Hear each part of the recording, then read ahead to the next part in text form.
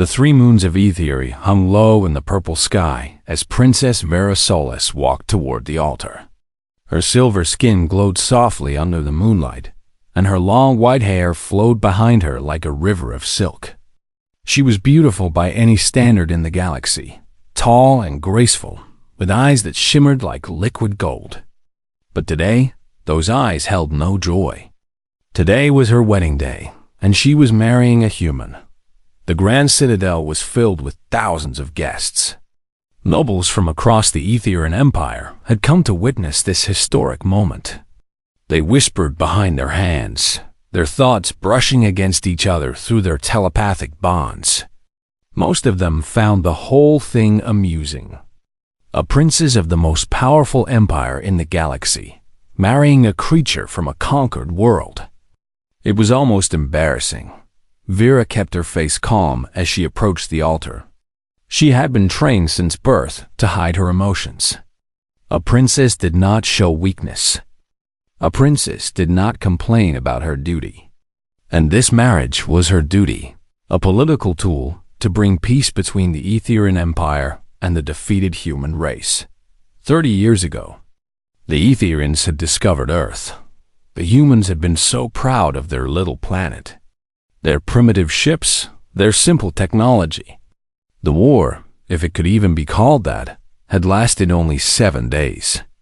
The human fleets were destroyed. Their colonies were captured. And Earth itself became a protectorate of the Empire, its people now subjects of the Aetherian throne. The humans had not taken well to conquest. There had been rebellions, protests, and acts of resistance. The Imperial Council had decided that a symbol of unity was needed. What better symbol than a marriage between a human and a member of the royal family? Vera had not been given a choice.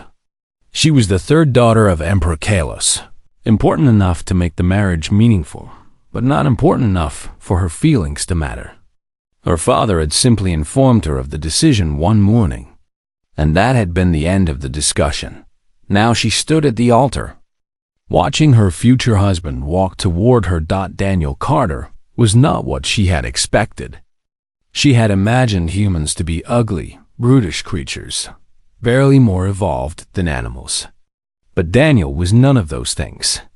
He was of average height, with brown hair and warm brown eyes. His face was kind, almost gentle. He wore the formal clothes that had been prepared for him, and he looked nervous but not afraid. As he took his place beside her, Vera reached out with her mind, trying to sense his thoughts. Every Aetherian could feel the mental energy of other beings. It was how they communicated, how they fought, how they loved. But when she touched Daniel's mind, she felt nothing. It was like reaching into an empty room. There was no power there, no presence, just silence. This was why the council had chosen him. Daniel Carter was completely ordinary. He had no special abilities, no hidden talents, no political connections. He was a former engineer from a small town on Earth, selected because psychological tests showed he would be calm and cooperative. He was harmless in every way that mattered. The ceremony began. The high priest spoke words of binding, and Vera repeated them without feeling. Daniel did the same, his voice steady but soft. When it came time to exchange vows, he surprised her. "I know this is not what you wanted," he said quietly, so only she could hear. "I know you did not choose me, but I promise to be a good husband to you. I promise to respect you and never bring you shame. That is all I can offer, but I offer it honestly." Vera did not know how to respond. In all her years, no one had ever spoken to her with such simple sincerity. Her previous suitors had been powerful lords and princes who boasted of their conquests and their wealth. They had seen her as a prize to be won. But this human, this small and powerless creature, spoke to her like she was a person. She said nothing, but she gave him a small nod. The ceremony ended, and the celebration began. Music filled the citadel, and guests danced and drank and congratulated the new couple. Emperor Kalos watched from his throne, his face unreadable. He had never approved of this marriage, but he understood its necessity. The humans needed to feel included in the empire, and this was the easiest way to achieve that. As the night went on, Vera found herself watching Daniel. He stood quietly at the edge of the celebration, not trying to draw attention to himself. When servants passed by, he thanked them politely, something that shocked the servants greatly. No noble had ever thanked them for anything. Later, when they were finally alone in the royal chambers, Daniel sat on a chair near the window and looked out at the 3 moons. "They are beautiful," he said. "On Earth, we only have 1 moon. I used to watch it as a child and wonder what was out there in the stars. I never imagined I would end up here." Vera stood across the room, keeping her distance.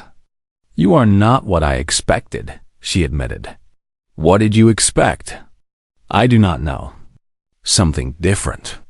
Something more threatening, perhaps?" Daniel smiled sadly. "I'm sorry to disappoint you. I am just a man. Nothing special about me at all." Vera studied him carefully. He truly believed what he was saying. He had no idea that he was anything other than ordinary. And perhaps he was right.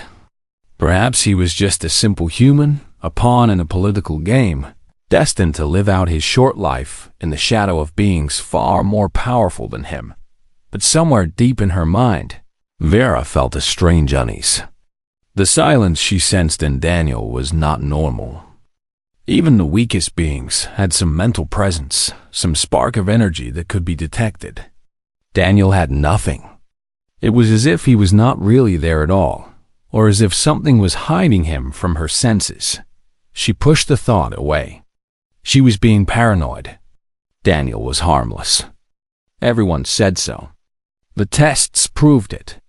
There was nothing to fear from this quiet, kind human who thanked servants and spoke of watching the moon as a child. In another part of the galaxy, far from the celebrations on Etheria, a dark figure knelt before an ancient altar.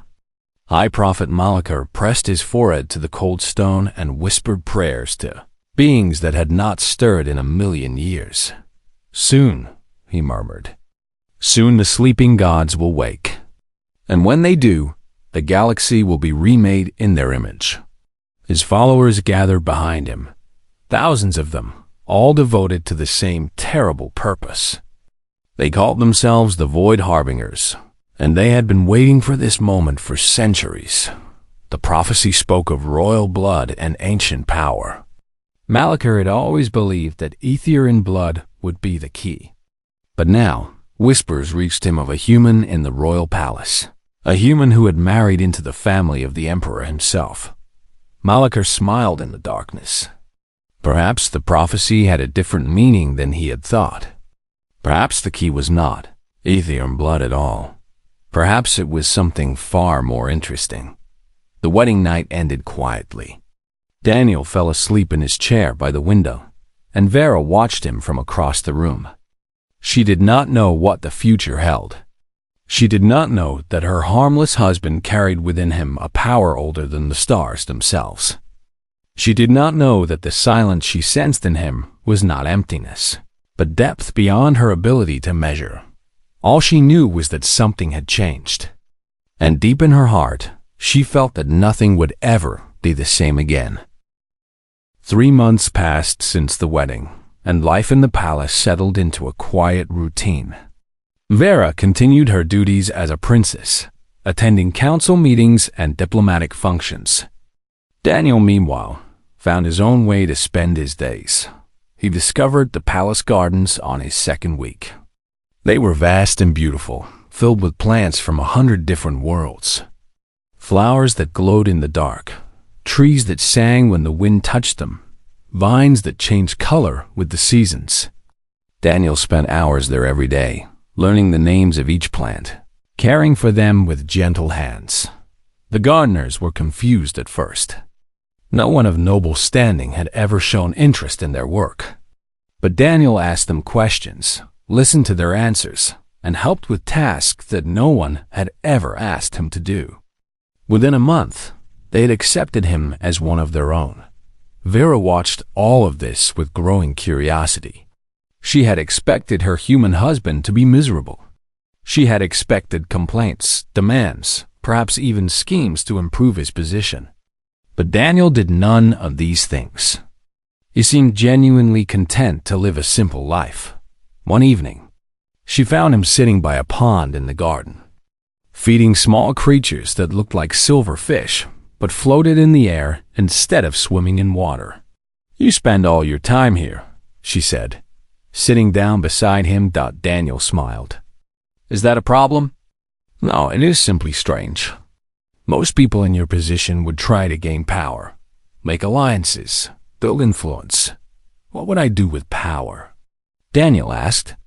"I was an engineer on Earth. I fixed machines. I solved problems. I never wanted to rule anything or control anyone. I just wanted to live a good life and maybe help some people along the way." Vera shook her head. "You are the strangest person I have ever met. Is that a bad thing?" She thought about it for a moment. "No," she admitted. "I suppose it is not." They sat in silence for a while, watching the floating fish dance in the moonlight. It was peaceful in a way that Vera had not experienced in years. The constant pressure of politics, the endless expectations, the weight of her royal blood, all of it seemed to fade when she was in the garden with Daniel. "Can I ask you something?" Daniel said. "You may. Are you happy?" The question surprised her. No one had ever asked her that. People asked about her health, her duties, her opinions on matters of state. But happiness? That was not something princesses were supposed to think about. "I do not know," she said honestly. "I have never considered it." Daniel nodded slowly. "I hope you find happiness someday. Everyone deserves that." Vera looked at him. This strange human who had been forced into a marriage with an alien princess, who lived in a palace where no one respected him, who had lost his home planet to conquest. And yet he sat here, feeding floating fish and hoping that she would be happy. "You are very kind," she said softly. "Is that also strange?" "Yes, but it is a good kind of strange." Their conversation was interrupted by a servant rushing into the garden. The young Aetherian was pale, his mental presence buzzing with fear. "Princess, you must come quickly. There has been a breach in the palace security. Assassins have been spotted in the eastern wing." Vera stood immediately, her body tensing. "How many?" "At least 8. They killed 12 guards already. They are heading toward the royal chambers." "Go to safety," Vera told Daniel. "Find the servants' quarters and hide there. What about you?" "I am a daughter of the Emperor. I can defend myself."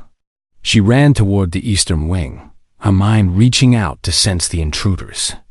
She found them quickly, 8 dark presences moving through the corridors with deadly purpose.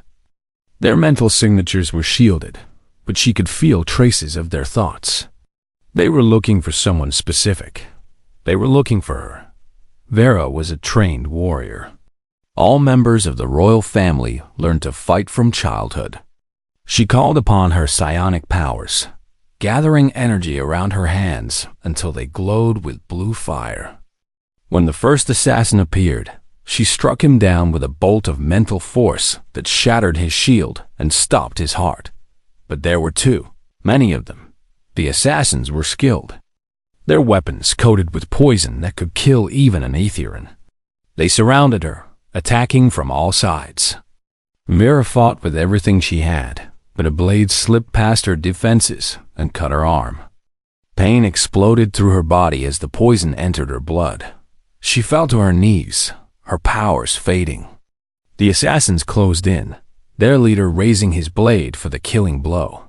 "The Void Harbingers send their regards," he said. Vera closed her eyes, preparing for death. The blow never came. She heard a sound. Or rather, she felt something, a vibration that seemed to come from everywhere at once. When she opened her eyes, she saw Daniel standing in front of her. "Daniel, no," she gasped. "Run." But Daniel did not run. He stood perfectly still, facing the assassin whose blade had stopped in midair. The weapon hung there, frozen, as if time itself had stopped for it alone. "You should not have touched her," Daniel said. His voice was different. It was deeper, older, filled with something that made Vera's skin crawl. And his eyes, his warm brown eyes, were now burning with golden light. The lead assassin tried to move, but he could not. None of them could. They were held in place by a force beyond anything Vera had ever witnessed. "What are you?" the assassin demanded. Daniel did not answer. He simply looked at them, and they ceased to exist. There was no explosion, no flash of light, no sound of death.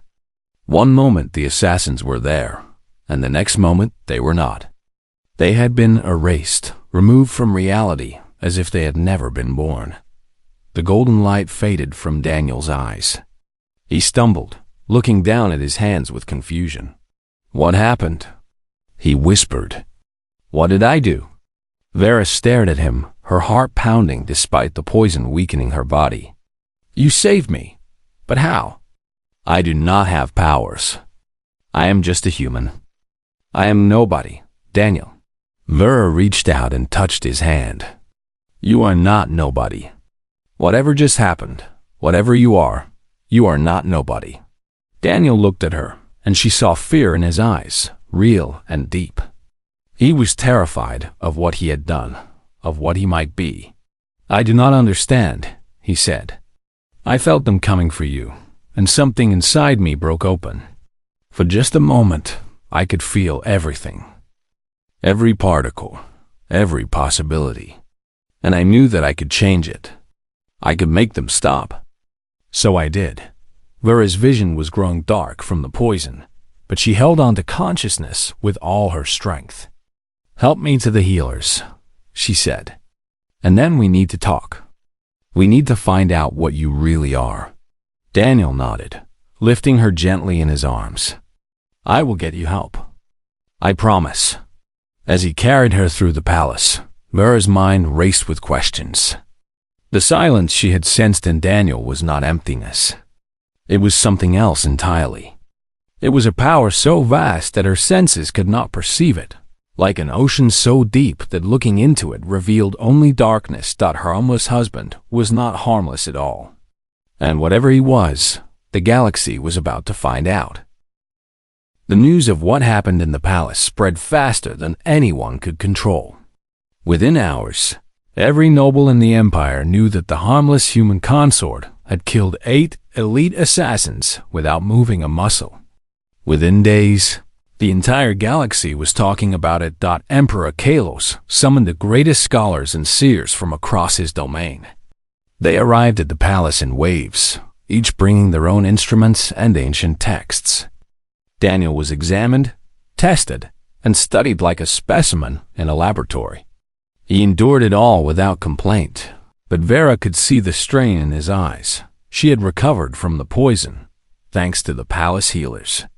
But her mind was not at rest.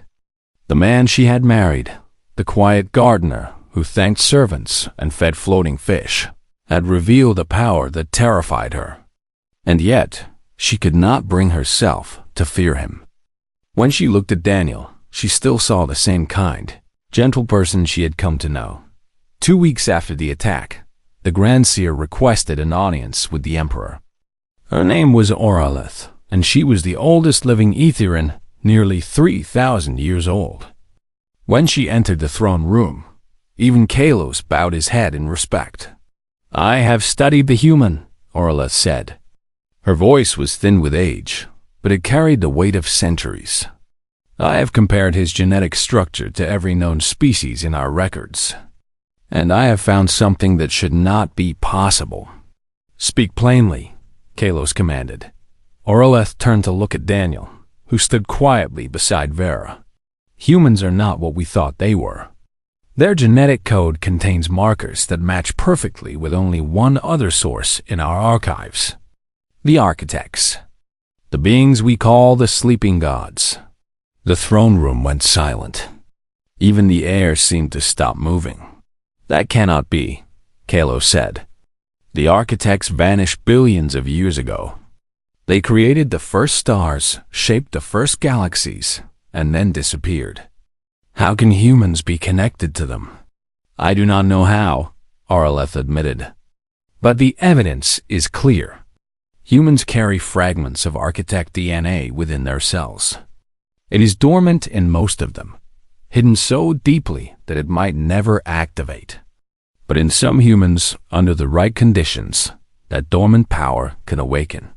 She looked at Daniel again.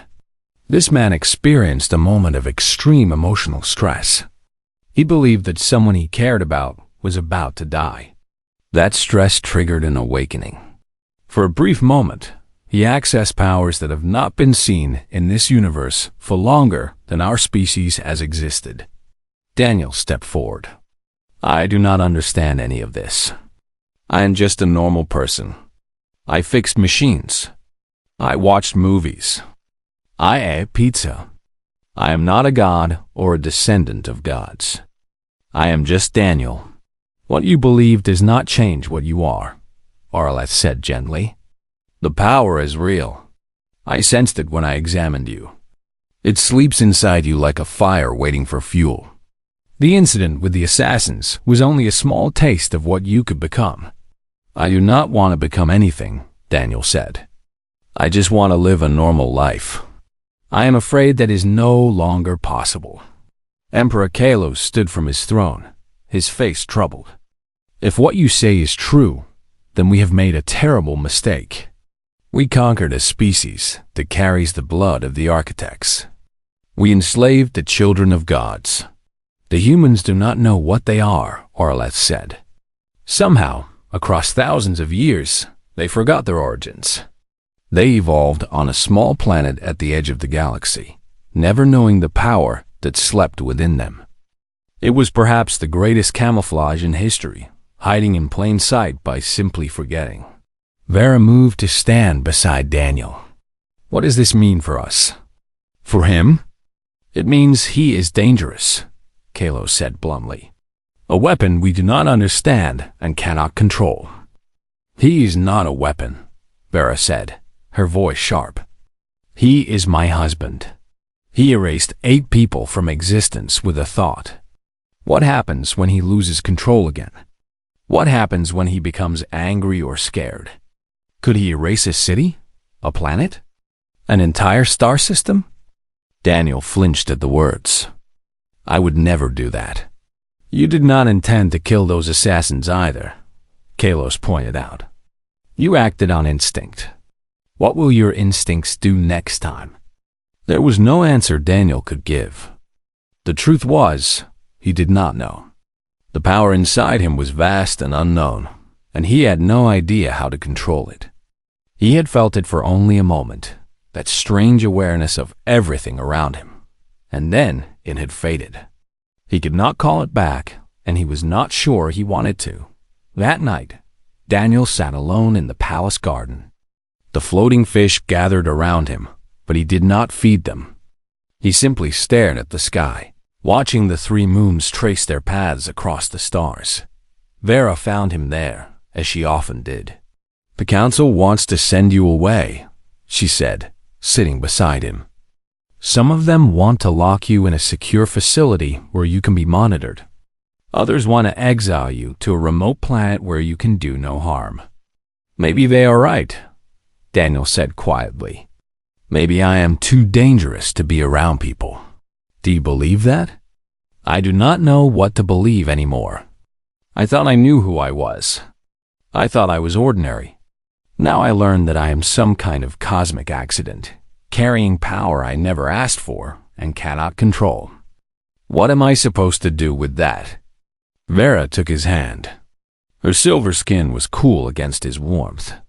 You are still the same person who spends his days in this garden. You are still the man who thanks servants and asks if I am happy. Power does not change who you are inside, does it not? No. How you use power is what matters. And so far, you have used yours to save my life. That does not sound like a monster to me. Daniel looked at her, and for a moment, the fear in his eyes faded. You really believe that? I do. They sat together in silence, watching the moon's rise. For a brief time, the weight of the universe seemed lighter. But in the darkness beyond the stars, High Prophet Malachar had learned of Daniel's awakening. His spies had told him everything: the power, the genetic connection to the architects, the fear in the Imperial Council. Malachar laughed when he heard the news. For centuries, he had believed that Aetherian royal blood was the key to awakening the sleeping gods. He had planned to sacrifice Princess Vera to complete his ritual. But now, he realized the truth. The key was not Aetherian blood at all. It was human blood.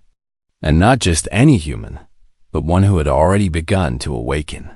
Prepare the fleet, he commanded his followers. We move against the Aetherian capital. The human is our target now. If we can sacrifice him at the moment of his full awakening, the energy released will be enough to rouse the gods themselves. The Void Harbingers began their preparations for war. Thousands of ships were made ready. Ancient weapons were drawn from hidden temples. An army of fanatics prepared to die for their cause. Daniel did not know it yet, but he had become the most important person in the galaxy. The fate of trillions would depend on what he did next. And he still had no idea how to control the power that burned within him. Vera squeezed his hand.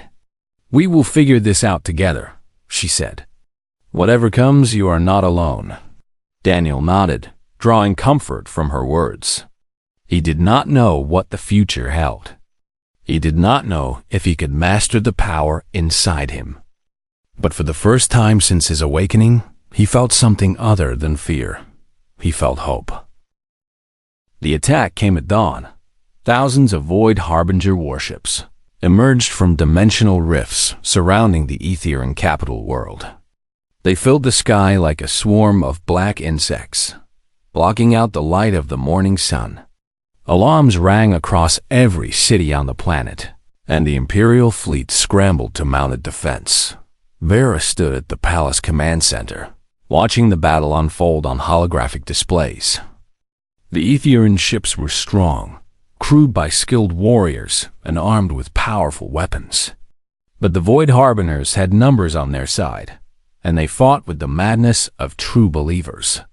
They are pushing through our outer defenses, Admiral Lorith reported. We are losing ships faster than we can replace them. Hold the line, Emperor Kalos commanded. We cannot let them reach the surface. But everyone in the room knew the truth. The line would not hold. The Harbingers were willing to sacrifice 10 ships for every Aetherian vessel they destroyed. It was only a matter of time before they broke through. High Prophet Malachar watched the battle from the bridge of his flagship. He did not care about casualties. He did not care about victory in the traditional sense. All that mattered was reaching the human. Send a message to the palace, he ordered. Tell them what we want. Minutes later, Malachar's voice echoed across every communication channel on the planet. People of Aetheria, hear me. I am Malachar, servant of the sleeping gods. We have not come to destroy your world. We have come for one thing only, the human called Daniel Carter. Give in to us, and we will leave. Resist, and we will burn your planet to ash. The message ended, leaving silence in its wake. In the command center, all eyes turned to Daniel. He had been standing quietly in the corner, watching the destruction unfold with horror. He had seen the ships exploding, the lives being lost, and he knew it was all because of him. They want me, he said. And they cannot have you, Vera replied firmly. Emperor Kalos was not so certain. One life against billions, he said. The mathematics are simple. He is my husband, Vera said, stepping in front of Daniel. He is under the protection of this family. We do not surrender our own to terrorists. He is not one of us, Kalos argued. He is a human and a dangerous one at that. Perhaps this is the best solution for everyone. Father, if you do this, I will never forgive you. Kalos hesitated. He was not a cruel man, but he was an emperor. He had to think about his people first. And right now, his people were dying. Daniel stepped forward. She is right. You should not surrender me. Hope flickered in Callus's eyes. Then you will fight? You will use your power against them? No, Daniel said. You should not surrender me because it would not work. These people want to sacrifice me to awaken their gods. If you give me to them, they will do exactly that, and then your world will face something far worse than a fleet of warships. Arlath, who had been observing quietly, nodded. He speaks the truth. The ritual they plan would release energy beyond anything we can imagine. If the sleeping gods awaken in a state of chaos, they could unmake reality itself. Kalos closed his eyes. There were no good options. Fight and watch his people die. Surrender and potentially doom the entire universe. What do we do? He asked, the weight of leadership heavy in his voice. Daniel looked out the window at the burning sky. Ships were falling like meteors, leaving trails of fire as they crashed to the surface. Each one represented hundreds of lives lost. Because of him, because of what he carried inside. I will go to them, he said. Daniel, no. Vera grabbed his arm. Not to surrender, he said. To fight. You have all been protecting me, dying for me, and I have done nothing but hide. That is not right. If this power inside me exists, then I should use it. I should try. You cannot control it, Vera said. You said so yourself. Then I will learn. Right now. I do not have a choice. He gently removed her hand from his arm and walked toward the door. Vera followed him. Then I am coming with you. No, you have to stay here. If I fail, your people will meet you. I do not care about my people right now. I care about you. Daniel stopped and turned to face her. 3 months ago, I was just a political tool to you. A symbol? What changed? Vera looked into his eyes, and for the first time, she let her emotions show clearly on her face. You changed. Or maybe you showed me who you really were. I do not know exactly when it happened, but somewhere along the way, you became the most important person in my life. Daniel smiled, a sad but genuine smile. Then I have one more reason to come back. He kissed her forehead gently, then walked out of the command center. The streets of the capital were in chaos.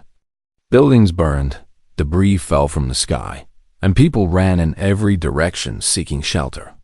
Daniel walked through it all, heading toward the center of the city where Malika's forces were landing. Harbinger soldiers saw him coming and opened fire. Their weapons were powerful enough to destroy tanks, to level buildings. But the shots stopped in midair before they reached Daniel. He did not even look at them.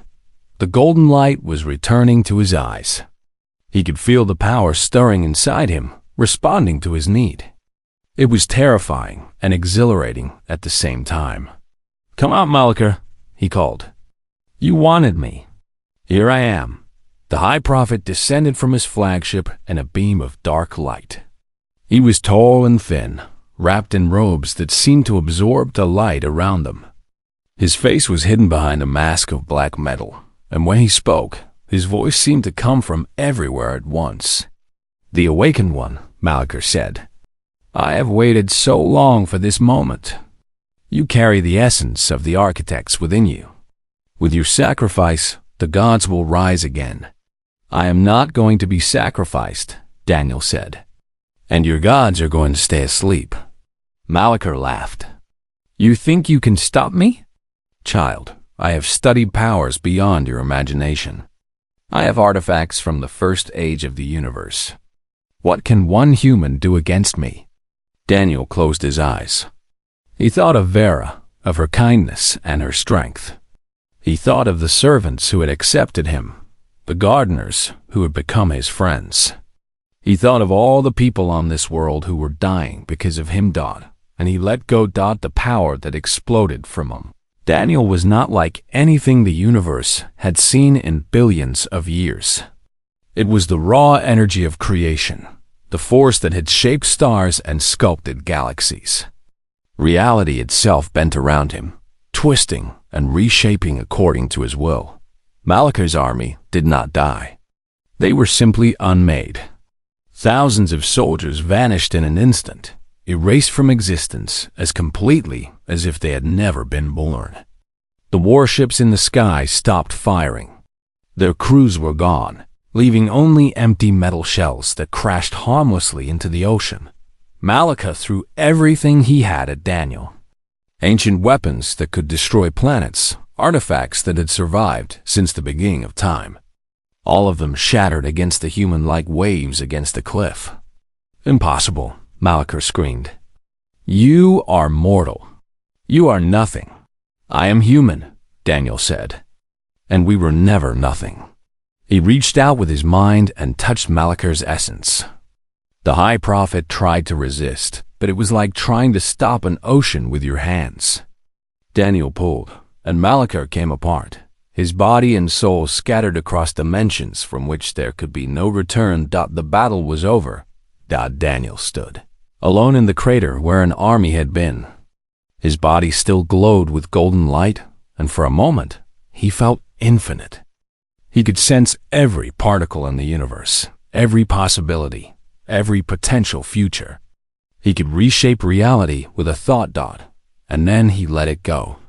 The light faded, and Daniel collapsed to his knees. The power retreated back into its dormant state, leaving him exhausted but alive. Vera found him there, surrounded by the ruins of a war that had ended before it truly began. She ran to him and held him in her arms. "You did it," she whispered. "You saved us." Daniel looked up at her with tired eyes. "I do not know if I saved anything. I just did what I had to do." Above them, the sky was clearing. The surviving Harbinger ships were retreating, their pilots terrified by what they had witnessed. The people of Ithera emerged from their shelters, looking at the destruction with confusion and relief. But even as the immediate threat passed, Daniel knew this was not the end. His display of power had not gone unnoticed. Somewhere in the void between galaxies, something ancient had stirred. Something was coming, and the universe would never be the same. 3 days after the battle, the galaxy held its breath. News of what Daniel had done spread to every corner of civilized space. The human who had destroyed an army with a thought. The human who carried the power of gods. Every empire, every species, every power that had dismissed humanity as weak and irrelevant now faced an uncomfortable truth. The people they had conquered, enslaved, and forgotten were not what they seemed. On Ithera, the rebuilding had begun. The damage from the brief war was significant, but it could have been so much worse. Daniel had ended the conflict before it could consume the planet. In the eyes of the Etherian people, the human they had once looked down upon was now something else entirely. Some called him a hero. Others called him a monster. Most simply called him dangerous. Daniel ignored all of it. He returned to his garden, tending the plants as if nothing had changed. But everything had changed. He could feel the power inside him now, always present, always waiting. It whispered to him in quiet moments, showing him possibilities he had never imagined. Vera stayed by his side. She did not ask him about the power or pressure him to use it again. She simply sat with him in the garden, talking about small things, helping him feel normal in a life that would never be normal again. "The council wants to give you a title," she told him one afternoon. "Protector of the Empire. Defender of Ithera."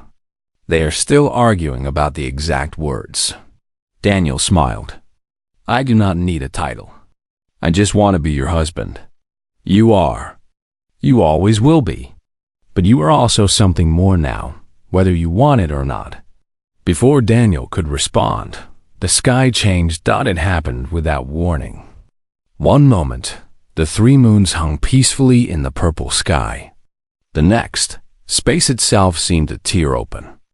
3 massive rifts appeared above the planet, each one larger than a continent. Through them came beings that defied description. They were not physical in any way that made sense. They were shapes made of light and shadow, concepts given form, ideas made manifest. Each one was larger than a mountain, and their mere presence caused reality to ripple. Stars flickered in the distance. The ground trembled. Every living creature on the planet felt a pressure in their minds, as if something too vast to comprehend was looking directly at them. The sleeping gods had awakened across the galaxy. Leaders and rulers fell to their knees. They knew what these beings were. Every civilization had legends about the architects, the creators who had shaped the universe and then vanished. Now they had returned, and no one knew what they wanted. Emperor Kalos dropped to the floor of his throne room, his ancient pride forgotten. Admirals and generals, lords and ladies, all of them prostrated themselves before powers they could not begin to challenge. Only Daniel remained standing. He walked out of the palace garden and into the open courtyard, looking up at the impossible beings above him. Vera followed, her hand finding his. "Daniel, be careful," she whispered. He squeezed her hand but kept his eyes on the sky. "I do not think being careful matters anymore." The gods spoke. Their voices did not come from any direction. They simply appeared in the minds of every living creature in the galaxy, a chorus of thought too complex for words. "Our children," they said. "How they have grown, and how they have suffered." Their attention swept across the civilizations below them, seeing thousands of years of history in an instant. Wars and peace, cruelty and kindness, the endless struggle of life trying to find meaning in an indifferent universe. They saw it all. Then their focus narrowed. They turned to Daniel, and suddenly he was the only thing that mattered in all of existence. "You carry our essence," one of them said. "Young one, awakened one, you have touched powers that have not stirred since the first stars were born." Daniel forced himself to speak, though his voice felt small against the weight of their presence. "I did not ask for this power. It was put inside my species without our knowledge or consent. We just want to live our lives. And yet, you used the power. You protected others with it. You showed mercy to your enemies even in the moment of your victory. What else was I supposed to do? Let people die?" The gods were silent for a moment. When they spoke again, there was something different in their tone, something almost like warmth. "This is why we made you." Daniel frowned. "What do you mean?" "Long ago, we created everything. Stars, planets, galaxies, life itself. We were powerful beyond measure, but we were alone. We wanted children, beings who could carry our legacy into the future. So we planted seeds across the universe. Most never grew. Most species evolved without ever touching the potential we gave them. But your people, humans, you were different." Another god continued. "We designed you to forget. We knew that if you remembered your origins, you would try to become like us. You would seek power for its own sake. Instead, we made you humble. We made you curious. We made you capable of love and sacrifice and kindness. We gave you weakness so you would learn strength. And then we waited," the third god said. "We slept, dreaming of what you might become. And now, awakened by your call, we see that our hopes were not in vain." Daniel shook his head. "I do not understand. What do you want from me?" The gods descended slightly, their forms becoming more focused, almost personal. "We want to give you a choice. You have awakened to your true nature. You could become like us, transcend your physical form, exist outside of time and space. You could have power without limit." For a moment, Daniel felt the offer pull at him. He could see what they were showing him, an existence beyond anything he had imagined. He could be everywhere at once. He could live forever. He could shape reality according to his will. But then he looked at Vera, standing beside him with fear and love in her golden eyes. He thought of the garden, the floating fish, the servants who had become his friends. He thought of Earth, the planet he had lost, the home he still missed. "No," he said. The word echoed across space. Even the gods seemed surprised. "You refuse?" "I do. I have a wife who believed in me when I was nobody. I have people who need guidance, not another god to worship. If I transcend, I leave all of that behind. I become something apart from the universe instead of part of it.